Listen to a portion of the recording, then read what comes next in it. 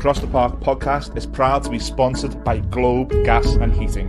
For the best kitchen and bathroom renovations, boiler servicing and repair, and central and underfloor heating in the Northwest, head over to globecentralheating.com and quote Across the Park for a free quote.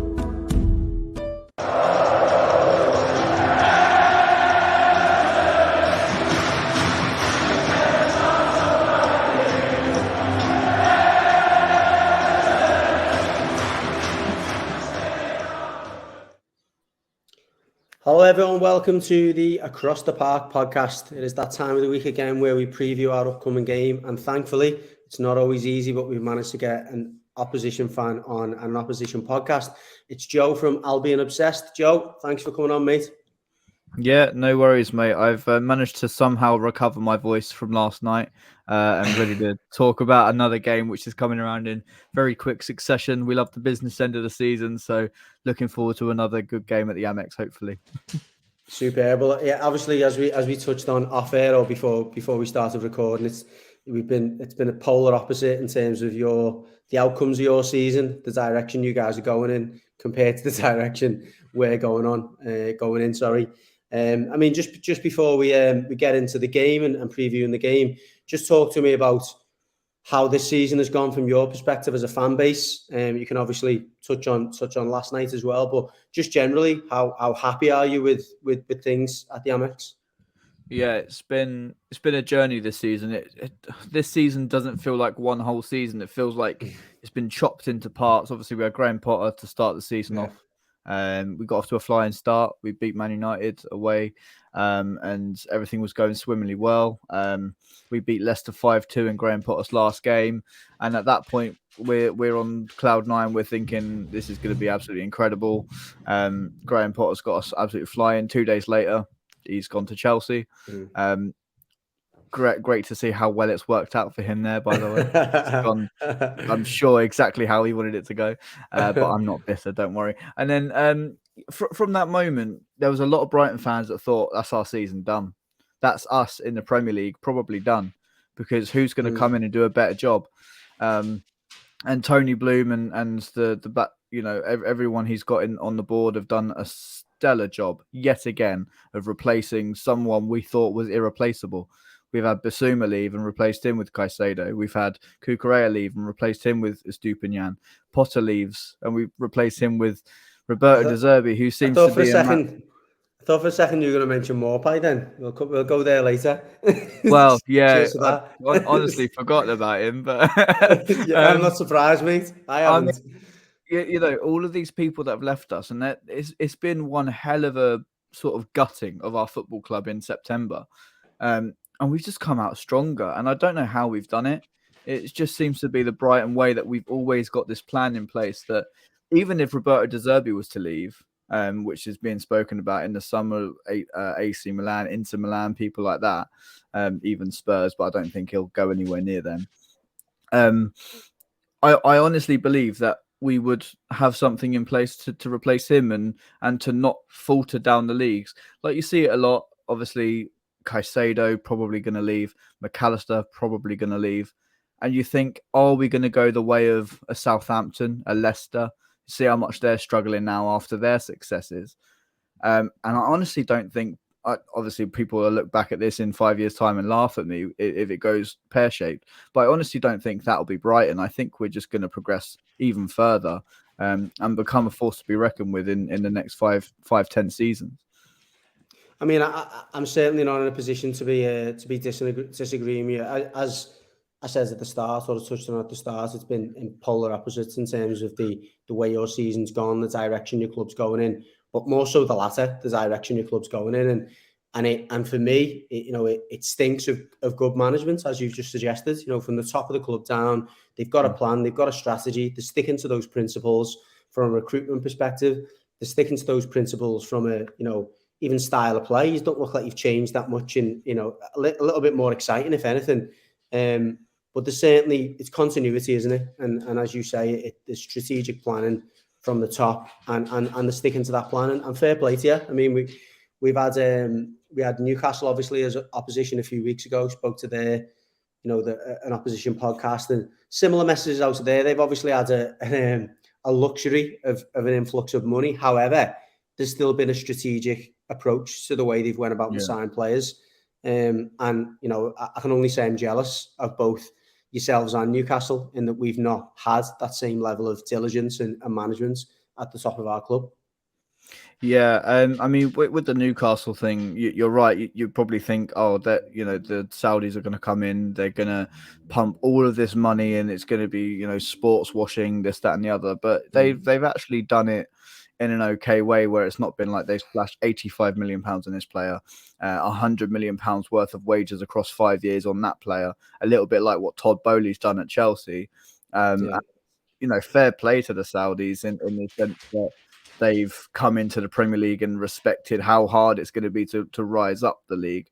Obviously, with regards to the human rights and everything like that comes with the Saudis, whether I agree with that, that's a completely different ball game. That's all political, and should you talk about politics in football? Maybe you should use it as a platform to out the wrongs, but as well, from a sports perspective, you've got to sort of admire what Newcastle are doing as a club, rather than thinking about what Saudi Arabia are as an establishment in their own country, but because that brings all sorts of different problems. But with us, we're doing it the most magical way. We're doing it in the most beautiful fairy tale football way of a Brighton fan for all of his life has taken over from Dick Knight, who saved our football club. Tony Bloom's family have been heavily involved in the football club, I think, pretty much since its formation in 1901. I might be able to be corrected by fans more in the know than me, but they've been invested in Brighton for a very long time. And this is a guy that, 7 years ago, when we were getting promoted from the Championship to the Premier League, said, yeah, I want to play in the Premier League, but I also want to make us a top 10 team in the next 5 seasons. And last season we finished 9th. This season we look to be hopefully improving on that. And the thing as a Brighton fan is, we sit 6th in the table at the moment with 2 games in hand, but we want to still sit here and be humble and not say, we're going to get Europe, no problem, because our games left are ridiculous. You guys are fighting for your lives. I'm not going to sit there and say, we're going to absolutely smash you, because we know that it's the Premier League and that doesn't happen. And we've got Man City, we've got Newcastle, we've got to play Arsenal, we've got Aston Villa on the last day of the season, and they're fighting for Europe now. So that could be a huge game at the end of the season. And if you going back to the point of Graham Potter leaving, if you told me 2 days after Graham Potter left that we were going to still be fighting for a European place, I would have laughed at you, honestly. It just was completely out of the question that we were going to challenge for absolutely anything this season.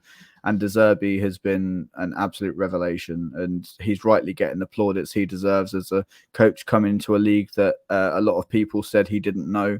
I think famously Graham Souness said that he's going to fail. He doesn't know the league. He's never played in our league. He's never managed in our league. And now look at him. Honestly, I think Roberto Zerbi could be the next elite coach up there with Jurgen Klopp and Pep Guardiola. He's got that aura about him. I was just about to ask, sorry, and you've obviously touched on it slightly there. What are the differences? I mean, I know you said you're not bitter before, and I don't believe you are, because you've obviously kicked on since then. But Potter was hugely popular when he was there for the way he'd done. What are the differences between the two for you? I think that the differences shone through really when Zerbi started having his press conferences with us, and he, with Graham Potter, it's very much like, we'll go to Everton, we'll try to win, but if not, it's another tough game in the Premier League against a really tough opposition. Whereas Zerbi is saying, we're going to go there, we want to win. There is no other option as we want to win this game. And it's that shift in mentality. Graham Potter was very happy to settle for a draw. He was very happy to take the positives from unbelievably mediocre performances. Whereas with Zerbi, we can win 4-0 and he'll still not be happy. I had a sort of, I was looking at him after the game yesterday, and he was sort of celebrating with the players, but dramatic way to win the game. He's got his arm around Julio and Ciso in the centre circle whilst all the other players are celebrating. And it looks like he's having a massive, I don't think he was having a massive go at him, but I think he's, yeah, you've won the game, but here's what you can do better. And that's what gives him that elite manager feel for me. Yeah. Where, the players are following him. The players are playing for him. They're not playing for themselves. Whereas I think under Graham Potter, especially at Chelsea, the players are playing for themselves, and there's not that aura about Graham Potter. And that's the main difference for me. No, fair enough. No, that seems a really realistic assessment, to be fair. And from the outside, he does certainly look like he carries himself in a different manner. And you alluded before that he could be the next Jurgen Klopp. He could be the next Mourinho or Pep or whatever. And you need that. You need that level of self-belief and arrogance. And obviously, Graham Potter, when he stepped up to Chelsea, he just didn't have that, and he couldn't really command that respect for the players. Yeah, he had it in a way where it just made him come across as really just unbelievably arrogant. Like, you can be Jurgen Klopp, you can be Roberto De Zerbi, you can be Pep Guardiola and be arrogant and own that arrogance because you're bloody good. Whereas with Graham Potter, the arrogance that he held towards Brighton fans and saying that we should be thanking him, this, that, and the other, was just plain right, disrespectful to the way he left us. The way he left us, the way he gutted us, the way he allowed Todd Boehly, I'd imagine, information on who to pick from Brighton and who to bring in. But again, I don't want to sit here and be bitter about what they took from us, because look at what they've actually given us. Yeah, exactly. We've been able to replace Graham Potter with, as I say, an elite coach with an unbelievable backroom staff. And you can see the difference in togetherness within the dressing room. I haven't seen a togetherness in a Brighton dressing room like it since our promotion season under Chris Hughton from the Championship, and that was special, like really, really special. They're all brothers who, if their brothers are on the floor, they'll be on the floor with them. If they're up in the sky, they'll be up in the sky with them as well. And it's just fascinating to watch. And when they're celebrating last night, you can't help but, get a little bit of a lump in your throat, and, watching all the fans celebrating in that fashion and just being on the brink of something so unbelievably special for this football club.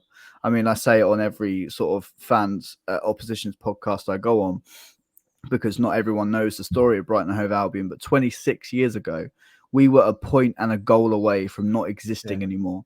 Our ground was sold. Our owners were selling us left, right, and centre. And if we dropped into the National League, we wouldn't have been a club anymore. We would have died. And to be 26 years on and fighting for a European place, whether that be Europa Conference League, even a slight chance of top four, it's just mind-boggling to be sitting here talking to you, an Everton fan as well, because Everton over the years have been one of the forces to be reckoned with within that top 8, and it's made a huge shift, and now Brighton are up there, and it's like, this is nuts. I used to watch Everton on Match of the Day. I used to watch Everton on Match of the Day, and I used to think about our Brighton playing Man United one day and it being a pipe dream, and now it's happening, and we're doing the double over Chelsea, we're doing the double over United. Sometimes you just got to pinch yourself and be like, just take a back step, and if we don't quite achieve it this season, what a season it's been. But I'm hopeful. Yeah, again, mate, I can't be anything but jealous of how you're beaming with pride of your pride of your squad, pride of your club, pride of of your manager and the team that he's put together. So fair play to you. I'm going to move on to the game, and I guess the manner of the optimism will continue, I'm sure, on your behalf. Maybe not for me. So look, it's as you just touched on before, you're fighting for Europe. I mean, I was on a podcast yesterday before you played Man United, and the person I was on with said, look, Brighton are still in with a very, very outside chance of Champions League still. If they beat United tonight, they're this close. So I don't think for a second you're going to suggest that United are going to lose another 4 games or whatever it might need. However, you are that close, and you are, in as good a position as you could hope to be. Yeah. Going into the game, then, is it certainly from Zerbi's point of view, but from a fan's point of view, is it, look, we're expecting 3 points on Monday, not in an arrogant way, but considering the way you've been? I think in terms of, just quickly on your point of how our chance of the Champions League, it's probably actually closer than what a lot of people think. And now I know our games in hand are against Newcastle and Man City, but we've got 2 games in hand on United. So if we somehow manage to get 6 points from those 2 games in hand, we'd only be 2 points behind them. That's 1 loss for them and 1 win for us, and then suddenly we're in the top 4, which is, as I say, mind blowing. But to sit here and say, and you know, I'm a very humble Brighton fan. I know where we've come from. I know how tough the Premier League is. You know, I've seen us struggle in worse leagues than the Premier League. So I'm not going to sit here and say, yeah, it's going to be an easy game on Monday, but whether we expect 3 points, absolutely we do, because when you're fighting at the top of the table and you have a goal in mind, you have to be picking up points against teams that are towards the bottom of the table. And that's no disrespect in saying you're a lesser team than us and saying that we are at the moment. There's no two ways about anything. Yeah, but like we've had it all along. Like in the Premier League, we've had it where we've played West Ham and they've been, we should be beating teams like Brighton. What is a team like Brighton? We're all in the Premier League, and you know, yes, the table says what it says, but on the day, it's a Premier League game, and it's going to be unbelievably tough. And here I am sounding like Graham Potter, but that's just the humble guy that I am, and I'm not going to sit here and say we're going to smash you, because who am I to say that? But I'm confident that we can get a win with the quality of our squad, absolutely. And I 100% hope for a win, but I'm not going to sit here and say, it's going to be an absolute walk in the park for us. Give us a glimpse of how you believe you guys are going to approach the game then, you know, in terms of, do you play differently home and away? And I'm obviously asking you here out of curiosity. I see the highlights and stuff, and it looks a very similar approach home and away, but what can we expect as Everton in terms of the way you guys will come at us and try and win the game? Yeah, we literally don't care who we're playing. We don't care how the other team are playing. We will play our football. And the only way to play football is Zerbi's way. And if it's anything other than that, I think he'll look at himself in the mirror after the game and ask himself what he's doing, because he believes in himself that much and he believes in his squad that we can play that way against anyone. And so whether Everton come and give us a low block, we'll happily play against that. We'll happily pass through it. You know, we've had plenty of teams come to the Amex this season and do a low block, sometimes successfully, sometimes not. But it's just about what Brighton turns up on the day, because there are games and are moments where we're wasteful, where that final third pass isn't quite good enough. But I'm, you know, towards this business end of the season, the players, they seem to have made a shift. So we lost in the semi-finals to United, and then 3 days later we lost to Nottingham Forest, and I think that was the kick up the bum that we needed to go on and then absolutely annihilate Wolves 6-0. And yesterday was a massive mentality boost for us. So we'll be going into Monday wanting to play our way and probably wanting to do exactly what we did against Wolves, and that was literally just sweep them away. So whether we can do that against Everton, I know you obviously got Sean Dyche in there now, and he has a very structured way of playing, to put it politely, and it is hard to play against. The last time Sean Dyche came to the Amex with Burnley, he beat us 3-0. And now I know that was under Graham Potter, and I think we had like 4 or 5 players injured. But he knows how to come to the Amex and win a game. I've seen many times Sean Dyche being very happy in front of that away end, and I don't want to see it again. So to be honest, we'll play our way, and if it works, it works. But we're hopeful that our way of playing, even against Man City, we'll play the same way. Yeah, fair enough. I mean, which is scary. to ask you the opposite question, I've just asked you, you know, how do you think you'll approach the game? Obviously, in order to win it. Looking at it from our perspective, are there any, you know, weaknesses in this Brighton team? If you have been, and obviously you got beat at Forest, and admittedly at Forest, it was more down to the fact that you guys were wasteful, maybe a little bit leggy from the semi as well. But if there are holes, where are they? Where do Everton need to try and exploit? That would be telling, wouldn't it? No. I'm sure Zayt isn't watching this one. on the counter attack, we've seen a few times this season where we've been caught a little bit too. Because yesterday it terrified me because Adam Webster was pushing up on their 18-yard box, and I'm thinking, Adam, you've got to defend Anthony, Rashford, and Martial, so get back a bit. But that's just the high risk, high reward football we play. And sometimes if you've got that pace to exploit it, that's how you're going to get us. Just lump the ball forwards and hope for a dodgy bounce. And Adam Webster's not back. Lewis Dunk screws it up somehow. But the thing is, we've been all of these things that have happened against us. We've been tightening it up. It's like fine tuning the team. And to be honest, I don't really see any weaknesses. It's just whether you get us on a bad day or not, to be honest. I mean, I'm hoping so. I think thinking about your dimensions of the counter attack, I can't really see where we hurt you there. I mean, Calvert-Lewin is quick. He's quick, and from a positive point of view, from our perspective, this is as fit as I've seen Calvert-Lewin for 5 years. He looks in really good shape. And he was an absolute menace for Leicester the other night. We should have comfortably won that game, even given the calamitous last 15 minutes of the second half, where we can see the pen and we can see the goal, etc. On the night, we were the better side, and I think from the counter, and it's disappointing. You touched on the rigidness or how well structured Dyche's teams are. He's not really utilised some of the tools he's had at his disposal more recently in the forward positions. I mean, I think the Evertonians are crying out for Damari Gray to be back on the pitch alongside Calvert-Lewin, because for me, particularly against a team like you, where we're not going to outplay you, absolutely not. And we're going to have to be tight, obviously, in between the lines and battle. We need as much pace as we can on the break, because the two centre-backs you've mentioned, then, as good as they are as defenders, they're not the quickest. Webster and Dunk, the mobility would be where I would hope to try and get at using the channels. You obviously push your full-backs forward, so there will be gaps in there. You've got fantastic midfielders who can cover the ground up and down the pitch, as well as talented attacking players.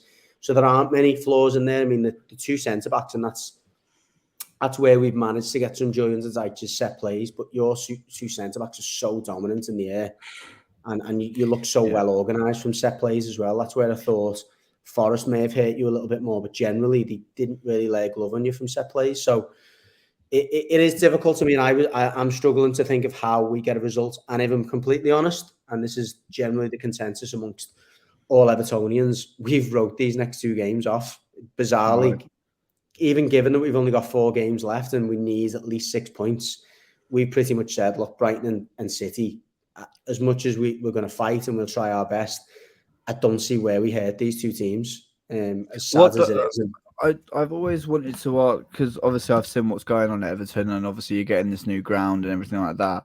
So how much does that hurt you guys if you get relegated and you've got this new ground coming? From the stadium point of view, I mean, who knows? Look, if we're in the Championship for longer than a season, I don't care what team you are coming from the Premier League, you're going to struggle to stabilise the finances and the infrastructure of the club. From the funding of the stadium's perspective, apparently we've just secured investments which guarantees the build of the stadium.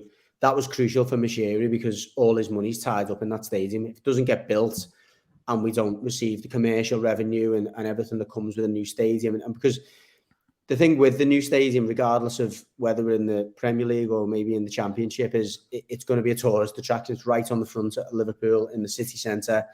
As sad as it is to consider, you look at the Etihad. The Etihad don't, are not far off selling out every Saturday, because tourists from Manchester just flood there and go to their games, and that's where, as sad as it is as a traditional football fan is to think about it, I don't think the stadium's at risk whatsoever, just because there's too much money invested in that.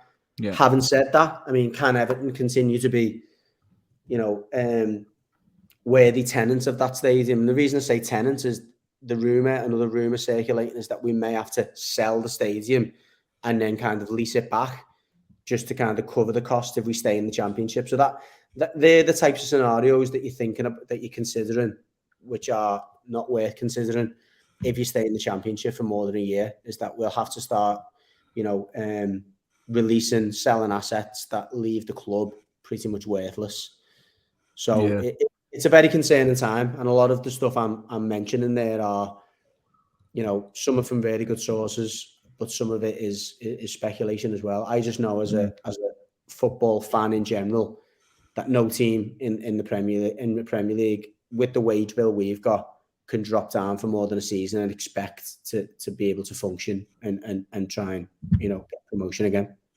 It's crazy because, like, never in a million years when Brighton got promoted to the Premier League would I thought that Everton would be struggling down the bottom. And it's like, it's weird because I've never had like an issue with Everton. I've always, fans have been brilliant. I've spoken to lots of your fans. There's a couple of guys on a podcast called It's Only a Game. I don't know if you speak to them, but they're Evertonians and they've been amazing. And it's, it is really sad to see you guys struggling down there. So I do hope your fortunes change and somehow you miraculously stay up because it's always a good game, Brighton Everton. I don't think there's been any boring ones really. I remember one under Graham Potter at the Amex. It was like absolutely tipping it down, and we won it 3-2. 3-2, yeah, 3-2. Digne own goal, and the place went off. It was just magical. But there's been some times where we've been absolutely hammered by you guys as well. So it would be a shame to lose you. We've genuinely done okay against you, and like the feeling's mutual. As I said at the start, and I've repeated, it's great to see a club doing it the right way. And you've been at the very bottom. There's nothing better than seeing that. I have the same admiration for Brentford. Brentford have had a similar journey in terms of doing it the right way, investing in the right way, strategically managing it, trying to come up with quirky ways, if you call it that, of recruiting, and not necessarily doing it in the same way that other clubs have done it. So it's great to see, and I certainly wish you guys all the best. Just before I go, and I mentioned it briefly when you were talking about the players you've lost, thank you so much for Neal Maupay. What an absolute disaster he's been. You are so welcome. Now, a lot of fans were concerned when we lost him.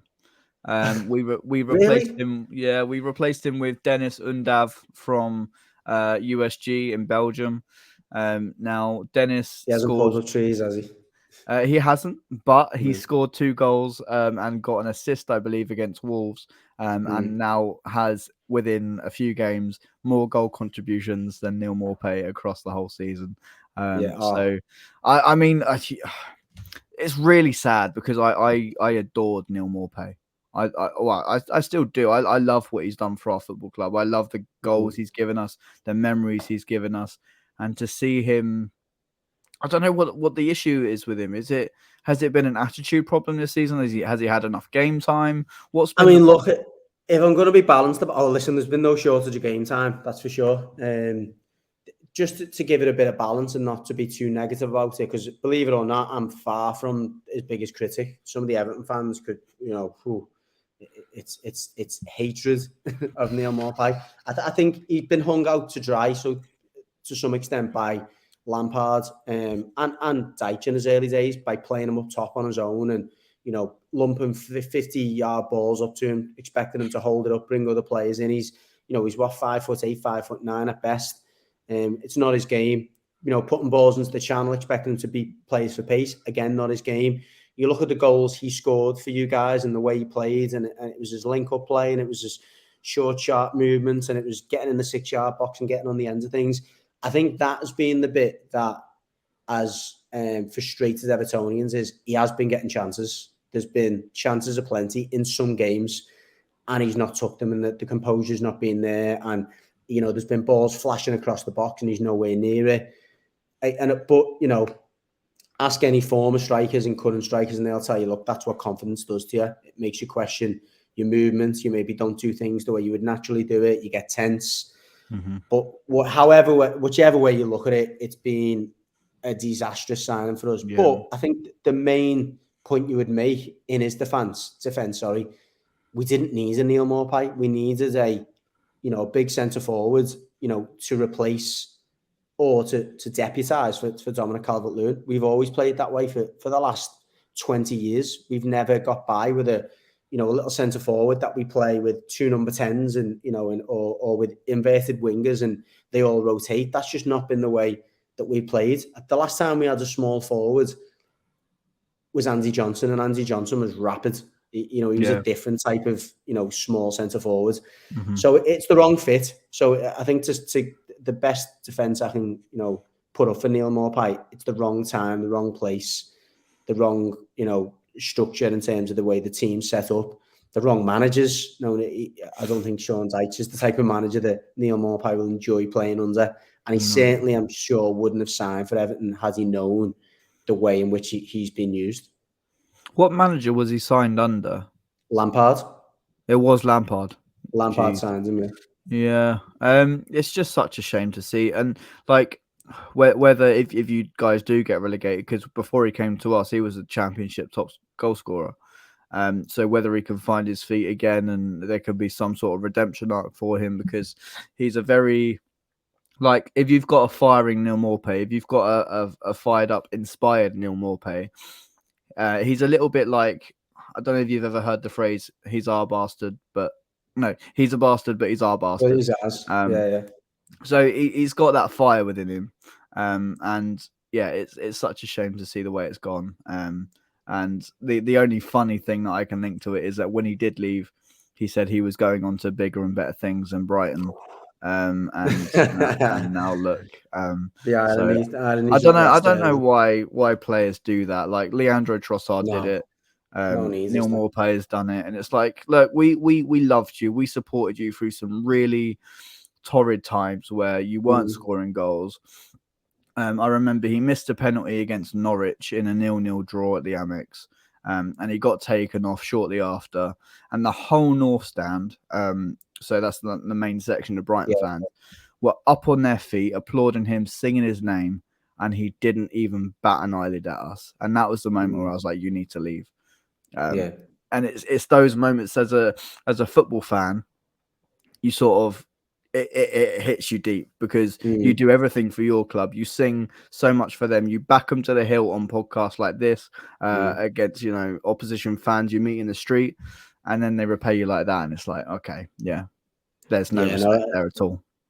Fair play. There's a bit of karma there, maybe in some way, shape, or form. Going back to your previous point briefly, I don't want to keep you too long, but I think if we did go down, we managed to keep Calvert-Lewin and Maupay sticks around, it does think of a very, very strong forward line in the Championship that they probably complement each other. And again, in another time and place, and maybe in a time when we were a little bit more comfortable in the league, I'm sure by now Maupay and Calvert-Lewin would have been playing together and probably doing quite well as that kind of little and large combination. But we just can't really afford to play 2 players up front at the moment. We need to try and stay in games and obviously be difficult to beat.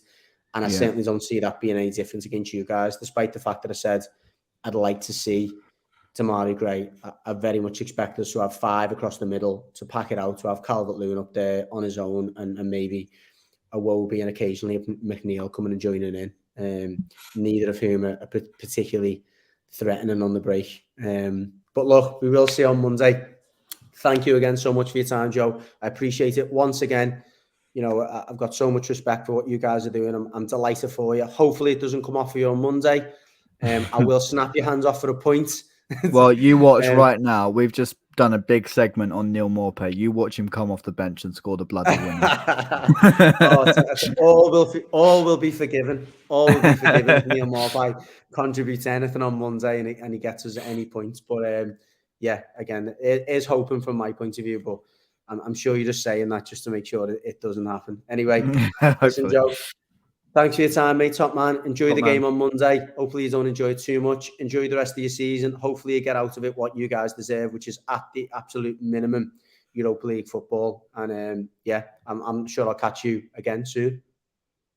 Top man. Cheers, bud. Thank you.